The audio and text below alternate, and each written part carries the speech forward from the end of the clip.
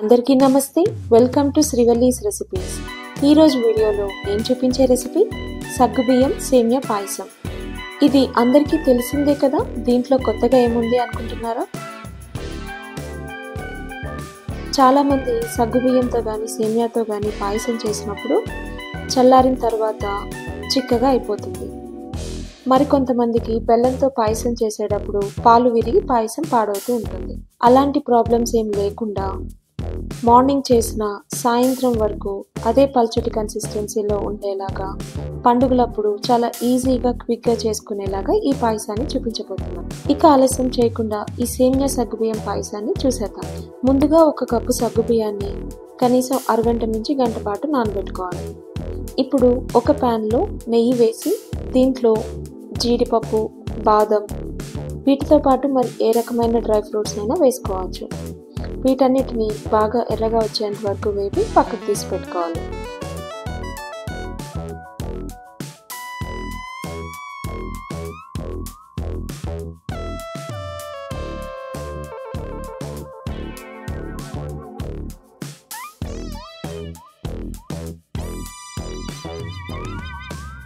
ఇప్పుడు ఇదే నెయ్యిలో 1 కప్పు సేమియాను వేసి బాగా వేయించుకోవాలి. నేను ఇక్కడ ఆల్రెడీ రోస్టెడ్ సేమియా వాడుతున్నాను కాబట్టి 1 నిమిషం పాటు వేడి చేస్తే నాకు ఈ సేమియా వేగిపోయింది. మీరు వాడేది రోస్టెడ్ సేమియా కాకపోతే ఆ సేమియా ఎర్రగా వచ్చేంత వరకు వేయించుకోవాలి. ఇప్పుడు వేగిన సేమియాని పక్కకు తీసి పెట్టుకోవాలి. ఇప్పుడు అదే ప్యాన్లో నానబెట్టుకున్న సగ్గుబియ్యాన్ని వాటర్తో పాటు వేసి అవసరమైతే మరికొంత వాటర్ని వేసుకుని వీటిని లో ఫ్లేమ్లో ఉడికించుకోవాలి. సగ్గుబియ్యం ఉడికేటప్పుడు గరిటెతో కలుపుతూ ఉండాలి, లేదంటే అడుగు పట్టేస్తుంది. మనం ఇది ఆల్రెడీ నానబెట్టిన సగ్గుబియ్యం కాబట్టి ఇవి ఉడకడానికి ఎక్కువ టైం అయితే పట్టదు.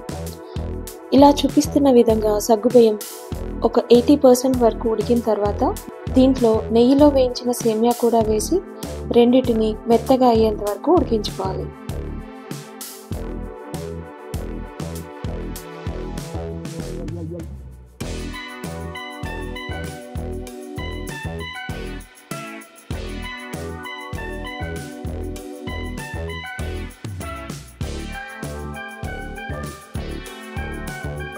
నాకు ఒక 5 నిమిషాలకి సగ్గుబియ్యం సేమియా 2 ఉడికిపోయాయి.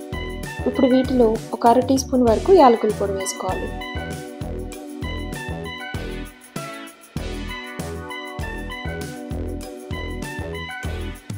ఇప్పుడు తీపి కోసం దీంట్లో 1 కప్పు పంచదార, అలానే 1 కప్పు బెల్లం పొడి వేసుకోవాలి. మీరు స్వీట్ ఎక్కువగా తినేవారైతే మీ స్వీట్నెస్కి తగినట్లుగా ఈ పంచదార బెల్లాన్ని అడ్జస్ట్ చేసుకోండి. అలానే మీరు కేవలం పంచదార లేదంటే కేవలం బెల్లంతోనైనా ఈ స్వీట్ని తయారు చేసుకోవచ్చు. నేను వేసుకున్న క్వాంటిటీస్కి నాకు తీపి కరెక్ట్గా సరిపోయింది. పంచదార బెల్లం పొడి వేసిన తర్వాత మరొక 5 నిమిషాల పాటు ఈ సేమియా సగ్గుబియ్యాన్ని బాగా ఉడికించుకోవాలి. ఇవి బాగా ఉడికిన తర్వాత స్టవ్ ఆఫ్ చేసుకుని వీటిని పక్కకు పెట్టి పూర్తిగా చల్లారనివ్వాలి.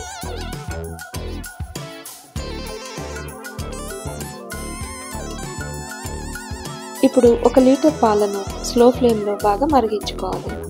పండుగలప్పుడు కానీ లేదా వేరే స్పెషల్ అకేషన్స్ అప్పుడైనా ఇలా సేమియా సగ్గుబియ్యాన్ని ఉడికించి పెట్టుకుని కావలసినప్పుడు మీరు పాలను మరిగించి దాంట్లో కలుపుకోవచ్చు.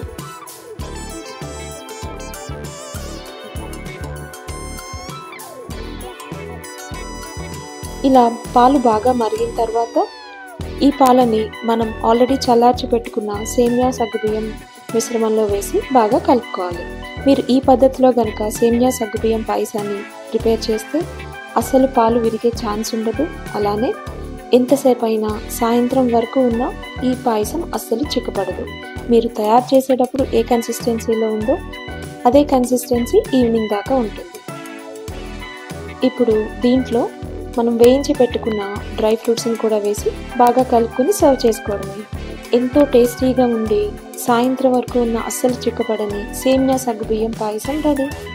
మీరు కూడా ఈ రెసిపీని ట్రై చేసి మీకు ఎలా వచ్చిందో కమెంట్ సెక్షన్లో మెన్షన్ చేయండి. ఈ వీడియో నచ్చితే లైక్ చేసి మీ ఫ్రెండ్స్ అండ్ ఫ్యామిలీ మెంబర్స్కి షేర్ చేయండి. అలానే ఛానల్ని సబ్స్క్రైబ్ చేయడం మర్చిపోవద్దు. మరొక మంచి వీడియోతో మీ ముందుకు వస్తాను. అంతవరకు థ్యాంక్ యూ.